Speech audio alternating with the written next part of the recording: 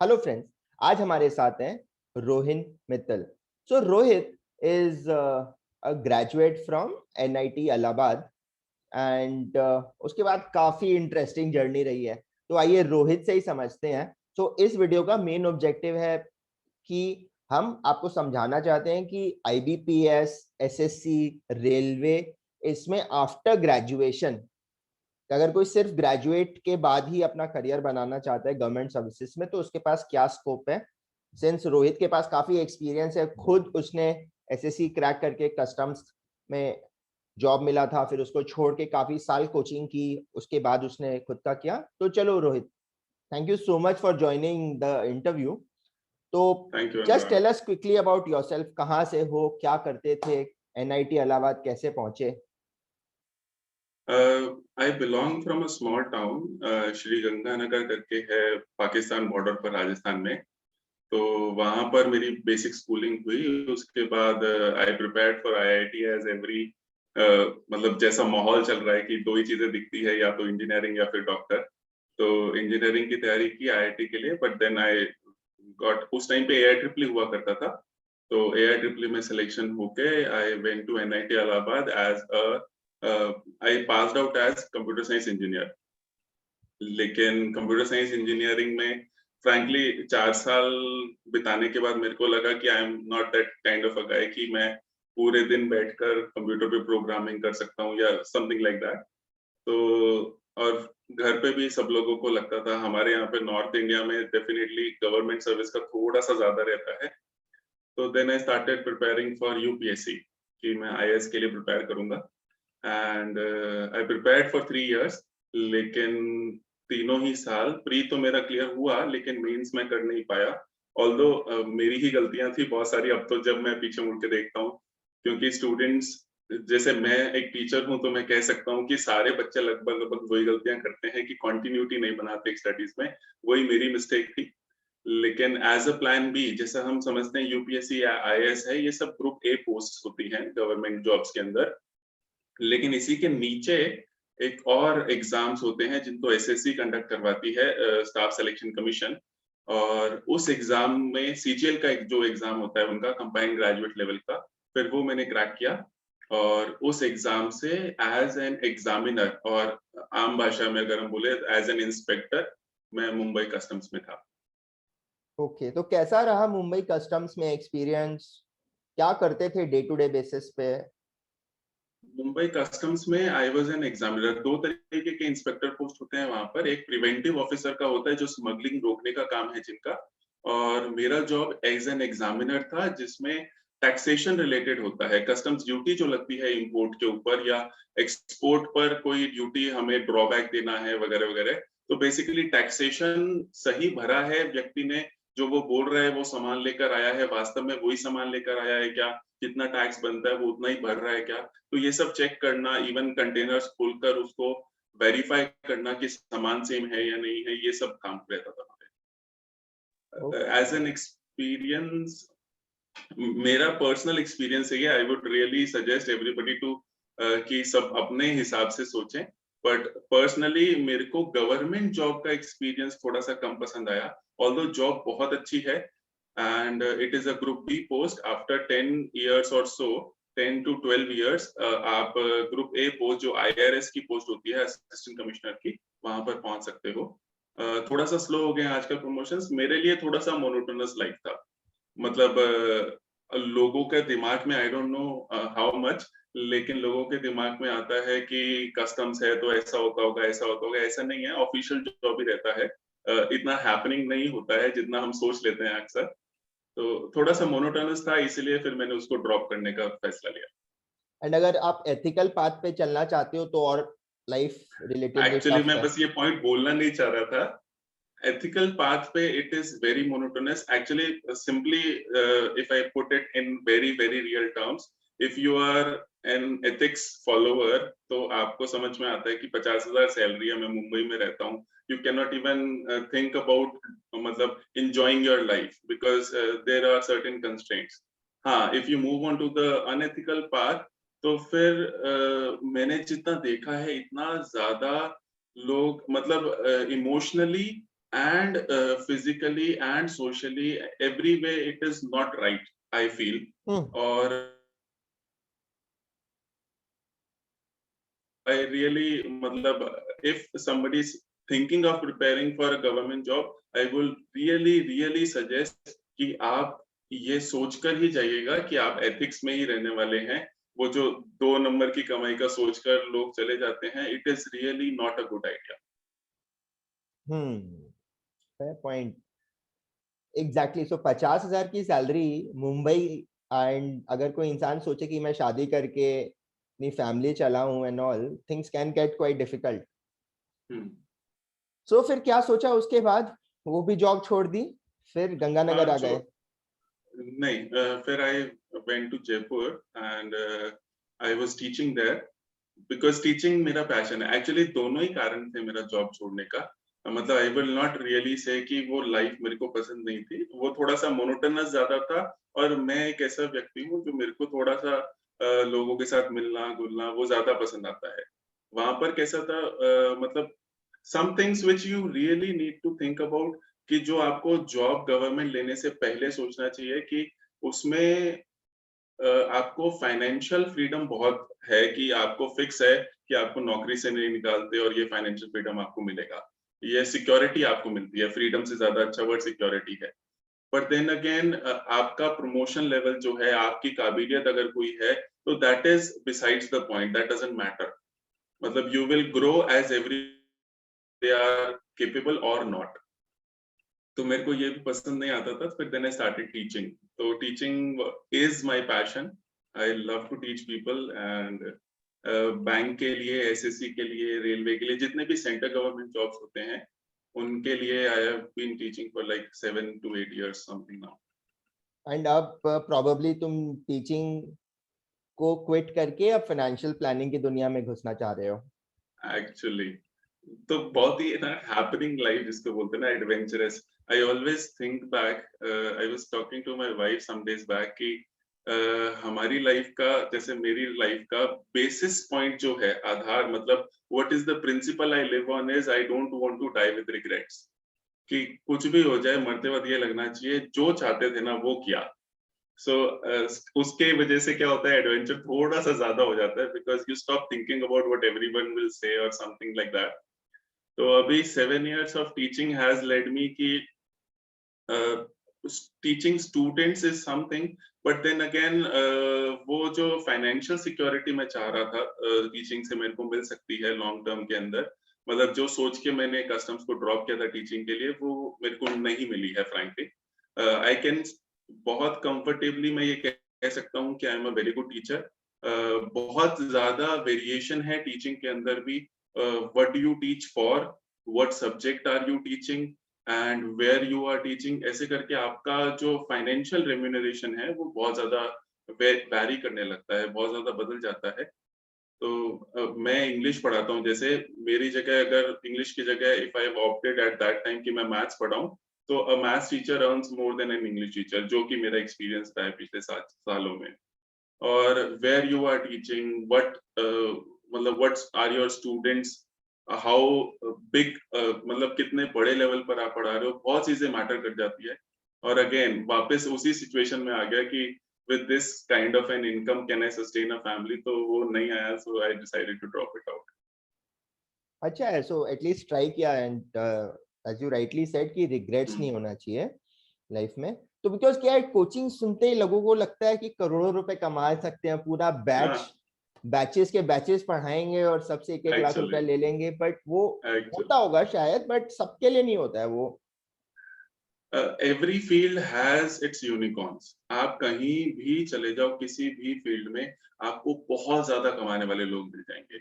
लोग, मतलब जैसे हमारा फैमिली बिजनेस पत्थर का है, ग्रेनाइट एंड एवरीथिंग. तो पापा बोलते हैं कि लोग पत्थर बेच के भी तो पैसा कमा ही रहे हैं.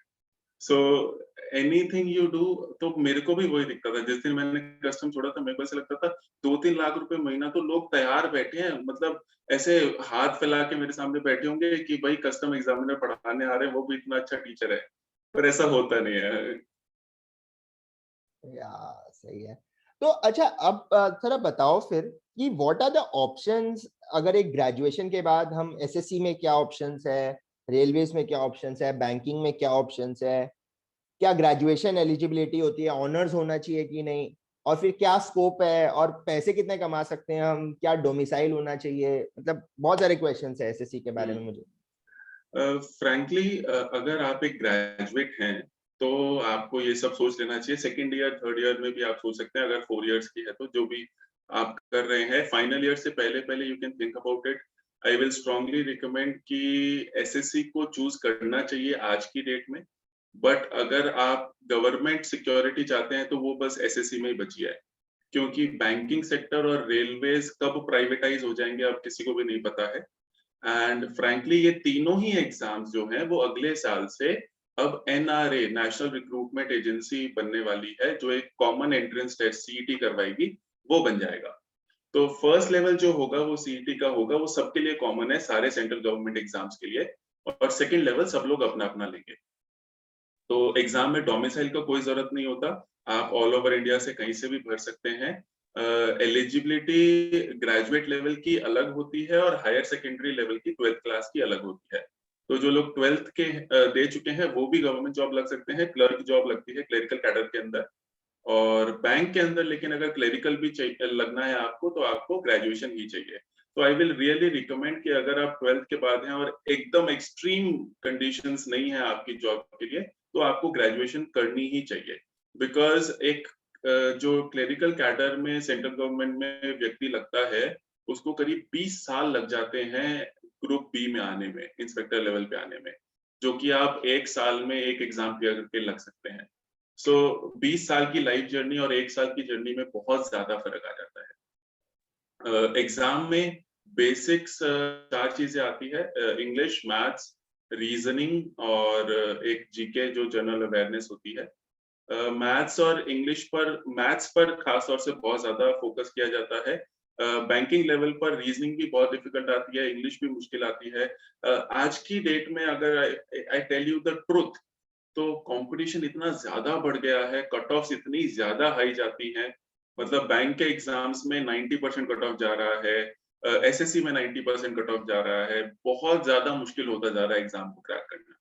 बट मेरा स्ट्रॉन्ग मानना यह है कि अगर कोई स्टूडेंट बहुत ही शिद्दत से तैयारी करे 1 साल तक, तो वो बहुत आराम से क्लियर कर सकता है। बिकॉज तैयारी करने वाले बहुत होते हैं पर एक्चुअली सही से पढ़ने वाले बहुत कम होते हैं। नहीं, और ये मतलब सेंट्रल गवर्नमेंट में एसएससी मतलब क्या क्या जॉब्स होते हैं इसमें? इसमें ग्रुप बी पोस्ट है, जैसे मैंने आपको बोला ग्रुप ए पोस्ट क्या होती है, जो आईएएस, आईआरएस, आईपीएस, ये सारी पोस्ट ग्रुप ए पोस्ट हो गई। ग्रुप बी में इनके हम 2 लेवल नीचे आ जाते हैं। जैसे असिस्टेंट कमिश्नर होता है जो, या एडीएम आप, डीएम आप बोलते हो, डिस्ट्रिक्ट कलेक्टर, डीसी कह लो, वो जो पोस्ट है वो ग्रुप ए पोस्ट है। उसके नीचे एक पोस्ट होती है और उसके भी नीचे जो पोस्ट होती है 2 लेवल नीचे, इंस्पेक्टर पोस्ट, वो आपको सबसे बढ़िया मिल सकती है इसके अंदर। उसके अलावा सेंट्रल गवर्नमेंट के जितने भी सेक्रेटरीट्स हैं उसके अंदर भी आपको यही लेवल पर, ग्रुप बी लेवल पर, जैसे पे ग्रेड्स होते थे पहले, तो 4600 पे ग्रेड्स पर आपको ये जॉब मिल सकती है। इसके अंदर ग्रुप बी और ग्रुप सी भी आ जाता है। जैसे इनकम टैक्स के अंदर आप इंस्पेक्टर भी बन सकते हो ये एग्जाम क्लियर करके, और इनकम टैक्स के अंदर ही आप टैक्स असिस्टेंट भी बन सकते हो। अगर आपका रैंक नीचे आता है तो आप टैक्स असिस्टेंट बन जाते हो, ऐसा है। तो इसमें रफली कितनी पगार मिल जाती है, लाइक कितना सीटीसी होता होगा? ओवरऑल अगर देखें तो करीब 50,000 है अगर ग्रुप बी पोस्ट है तो, और 30,000 समथिंग है। मतलब एग्जैक्ट नहीं बता रहा हूँ मैं, पर हाँ ओवरऑल अंदाजन अगर और बात घर करें वर अलग? तो नहीं, वो सब कुछ इंक्लूडिंग है। लेकिन अगर आपको घर मिलता है, मतलब आप अप्लाई करते हो, कुछ जगहों पर ऐसा है कि गवर्नमेंट क्वार्टर्स अच्छे हैं, इजीली मिल जाते हैं, कुछ जगहों पर नहीं। जैसे मुंबई में अगर आप, जहाँ पे मैं था, तो वहां पे एप्लीकेशन डालो तो 8 साल बाद आपको घर मिलेगा। तो वो 8 साल तक आपको मैनेज करना है, और वो कम, मतलब it is not very costly अगर गवर्नमेंट क्वार्टर्स है तो। लेकिन हाँ, नहीं तो आपको बाहर ही अपना देखना पड़ेगा। इतनी है, 50,000 पगार है बस? 50,000 है, 50,000 के आसपास से स्टार्ट होता है, फिर वो हर छठे महीने जो इंक्रीमेंट लगता है वो है। हाँ, गवर्नमेंट जरूर कुछ 7,000 समथिंग आपके एनपीएस अकाउंट में डालती है, वो गवर्नमेंट की तरफ से होता है। और 7,000 आपकी तरफ से जा रहा है, मतलब ओवरऑल कॉस्टिंग देखेंगे तो करीब 60 के 65,000 पड़ जाएगा, करीब 13 से 14,000 रुपए आपके हर महीने एनपीएस अकाउंट में भी डलते रहते हैं।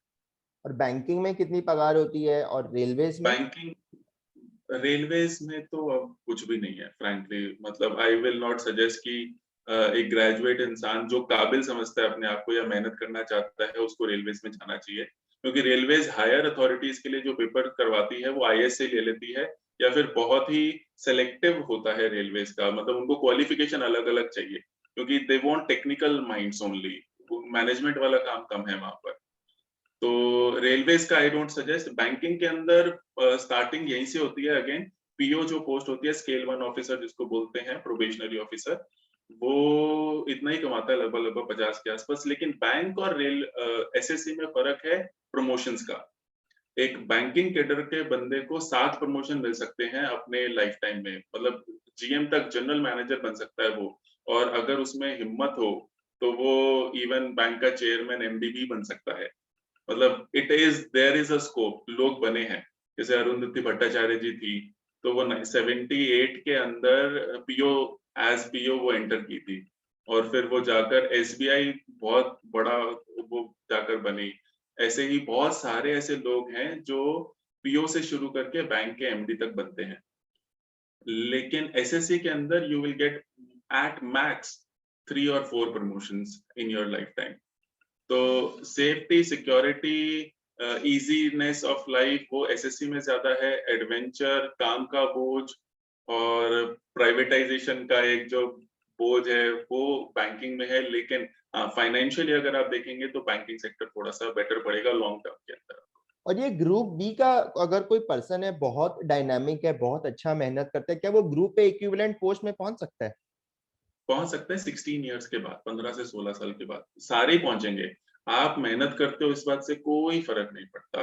आपकी ज्वाइनिंग, आपसे 1 साल पहले कम मेहनत करने वाला व्यक्ति आया था और आप बहुत ज्यादा मेहनत करने वाले हो, उसने 15 साल कुछ नहीं किया। जैसे सरकारी अफसर कुछ होते हैं जो बस इधर उधर काम डाल के निकाल देते हैं, और आपने बहुत जी जान मेहनत की, सरकार को बहुत पैसे भी बचाए वगैरह वगैरह वगैरह, तो भी कोई फर्क नहीं पड़ता, उसी का प्रमोशन पहले होगा। ओ गॉड, ये तो बहुत ही। एंड ये जॉब्स ही ट्रांसफरेबल होते हैं पूरे, जैसे कि? हाँ, ये है, ट्रांसफरेबल होती है। सो जब तक आप ग्रुप बी इंस्पेक्टर पोस्ट पर होते हो तब तक बहुत ज्यादा दूर दूर नहीं करते हैं। एक बार आप असिस्टेंट कमिश्नर पोस्ट पर आ गए तो फिर आपको इंडिया के अंदर घुमाते हैं। एक सर्कल होता है एक हर एक डिपार्टमेंट का। तो इंस्पेक्टर पोस्ट पर जैसे राजस्थान के आसपास आप जा रहे हो, जोधपुर, जयपुर सर्कल जोन के अंदर हो, तो सबके जोन्स बटे हुए हैं, उस जोन के अंदर ही घूमते रहोगे।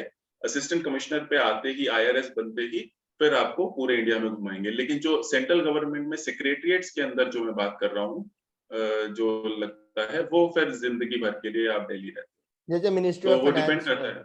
वैसे? हाँ, सब में every single ministry has their मतलब अंडर सेक्रेटरी, सेक्रेटरी ऐसे करके पूरा सीक्वेंस है। तो उसमें असिस्टेंट की पोस्ट मिलती है आपको पहले, फिर वो डायरेक्टर करके फिर ऐसे कैसे आप ग्रो करते जाते हो।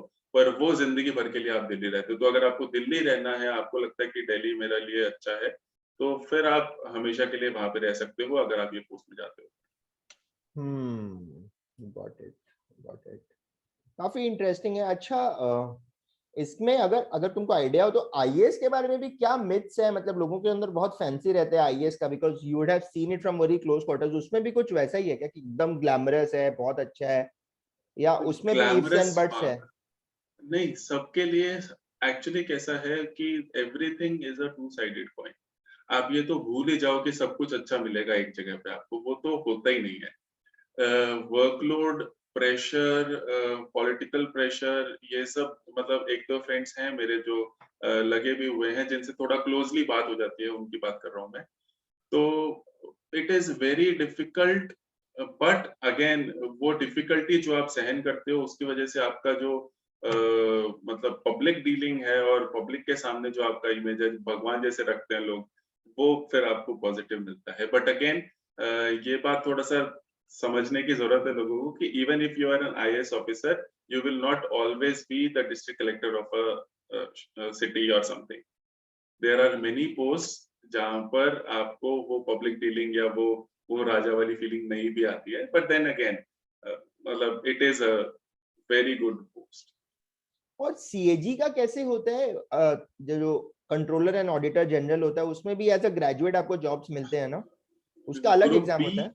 नहीं, ये जो एसएससी का एग्जाम है इसके अंदर ही 2-3 साल पहले इन्होंने असिस्टेंट ऑडिट ऑफिसर की एक पोस्ट निकाली थी, जो कि सबसे ऊपर की पोस्ट है, वो गेजेटेड पोस्ट है, 4800 पे ग्रेड की पोस्ट है। मतलब जितनी भी बातें मैंने की उन सबसे ऊपर है वो अच्छा। सीएजी के अंदर आप असिस्टेंट ऑडिट ऑफिसर बन सकते हो डायरेक्टली इसी एसएससी के एग्जाम से, और एसएससी के अंदर ही आप ऑडिटर भी बन सकते हो सीएजी के अंदर। ओके। तो ऑडिटर और असिस्टेंट ऑडिट ऑफिसर, और असिस्टेंट ऑडिट ऑफिसर के ऊपर फिर ऑडिट ऑफिसर एओ हो जाता है, वो बहुत आईआरएस लेवल की पोस्ट हो जाती है 5600 पे ग्रेड की। तो जो असिस्टेंट ऑडिट ऑफिसर है वो तो आप इसी एसएससी के एग्जाम से लग सकते हो, नहीं तो आप सीएजी में एओ लगना चाहते हो तो फिर आईएएस वाले एग्जाम से लगोगे। ऐसा समझ लीजिए कि एक सिविल सर्विसेज एग्जाम है और एक एसएससी का एग्जाम है। यहाँ से तो 5600 पे ग्रेड की जॉब्स लगती है, और यहाँ से एक जगह 4800 की, बाकी सब जगह 4600 पे ग्रेड की जॉब लगती है। और इसके लिए प्रिपेयर करने के लिए बेटर क्या है? जैसे दिल्ली चले जाएं और वहां प्रिपेयर करें, आप ऑनलाइन कर सकते हैं, क्या बेस्ट स्ट्रैटेजी कैसे होती है? कैसे भी प्रिपेयर कर सकते हैं, बट थोड़ा सा मतलब जैसे बहुत सारी कोचिंग्स हैं, बहुत सारा मटेरियल आपको मिल जाएगा, स्टैंडर्ड बुक्स हैं बहुत सारी, बट देन अगेन आपको you have to be really really good in all the 4 subjects. ये जो ऑल द 4 सब्जेक्ट्स वाली बात मैं बोल रहा हूँ, जैसे I have taught more than 50-60,000 students अभी तक, तो उसमें आई कैन एश्योर यू कि ज्यादातर पढ़ने वाले बच्चे, जो कि अगेन 50,000 में से 5,000 भी नहीं होंगे, लेकिन उनमें से भी जो रहते हैं वो इसलिए because they don't focus on all the subjects. तो मैथ्स भी आपको अच्छा होना चाहिए, इंग्लिश भी अच्छा होना चाहिए, रीजनिंग भी अच्छा होना चाहिए, और जीके भी अच्छा होना चाहिए। जैक ऑफ ऑल ट्रेड्स ही काम करता है, स्पेशलाइजेशन यहाँ पर काम नहीं करती है। तो आप कैसे भी तैयारी करो, आप घर बैठ के तैयारी कर सकते हो, बहुत सारे ऑनलाइन आपको कोर्सेज और सब कुछ मिल जाएगा, बट देन अगेन कॉन्टिन्यूअसली अगर आप 1 साल मिनिमम आप लेकर चलें, 1 साल तक अगर आप बहुत जबरदस्त मेहनत करते हैं तो बात बन सकती है। वाओ, सही है। फाइनल क्वेश्चन अपना यूट्यूब और आर्ट ऑफ लिविंग के बारे में भी, जो तुम्हारे लाइफ के काफी यूनिक इनिशिएटिव्स रहे हैं, उसके बारे में भी जरा बताओ। YouTube I started because I मतलब I simply love teaching, जैसे कि मैंने आपको बोला, तो वो सिखाने का कोरोना में कोई ऑप्शन नहीं था, सिखाने वाले कोई नहीं थे, इसलिए फिर I thought of कि I will start YouTube. So I started a teaching channel, but अब मैं क्योंकि टीचिंग ही छोड़ रहा हूँ तो उसमें I have dropped it off, but I will start something new very soon. I am thinking about it. और art of living is part of my life now. अब तो no matter how much money I earn, कितना भी अच्छी जगह रहो, कुछ भी रहो, बट अब तो मैं ये एग्जैक्टली एक्सपीरियंस से कह सकता हूँ। उस टाइम पे मतलब सबसे 5-7-10 साल पहले मैं शायद ये सुनी सुनाई बातें कहता था, but the Joy of giving जो है, किसी को खुश करके, किसी को कुछ बांट कर, किसी सामने वाले की परेशानी को दूर कर कर जो खुशी मिलती है, वो is really not comparable to anything you can do in life. ऐसा मेरे को एक्सपीरियंस हुआ है, अब तो मैं सुनी सुनाई बातें नहीं कर रहा हूँ। सो दैट इज वाई 2-3 साल पहले फिर I went on to become an art of living teacher. और स्ट्रेस का एक बहुत बड़ा प्रॉब्लम उससे मेरी लाइफ, आई कैन मतलब ओपनली से दिस कि मेरी लाइफ में जितने भी बदलाव आए हैं और जितनी हिम्मत मुझे मिली है, फ्रैंकली जितने मतलब उल्टे या सीधे कदम मैंने उठाए हैं, एडवेंचर जितना मेरा लाइफ रहा है, उसके लिए आई फील कि करेज की सबसे ज्यादा जरूरत होती है। तो वो करेज अगर मेरे को कहीं से मिला है तो वो इस कॉन्फिडेंस से मिला है कि I am taken care of, कि अपना हो जाएगा, कोई दिक्कत नहीं है। तो ये कॉन्फिडेंस आना और स्ट्रेस बस्टर होना आपके पास, ये आर्ट ऑफ लिविंग से मिला है। And I will really suggest everyone कि अगर आपने अभी तक सुदर्शन क्रिया को एक्सपीरियंस नहीं किया है तो आपको करना चाहिए। It is something out of this world. मैंने भी काफी दिन किया था। I can vouch for the fact कि काफी अच्छा होता है एक्सपीरियंस। सही है रोहित।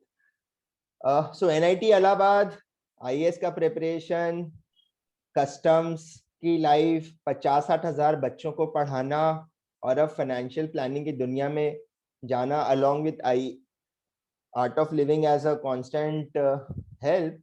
तो काफी एक्साइटिंग एडवेंचरस लाइफ रही है रोहित की, and I wish you the very best, and I hope कि जितने भी जन ये वीडियो देखें उन्हें कुछ सीखने मिलेगा इस वीडियो से. So thank you so much Rohit for your time, and thank you so much. या इट्स बीन अ प्लेजर कि मेरे को भी खुद काफी कुछ पता चला एसएससी के बारे में, कस्टम्स के बारे में.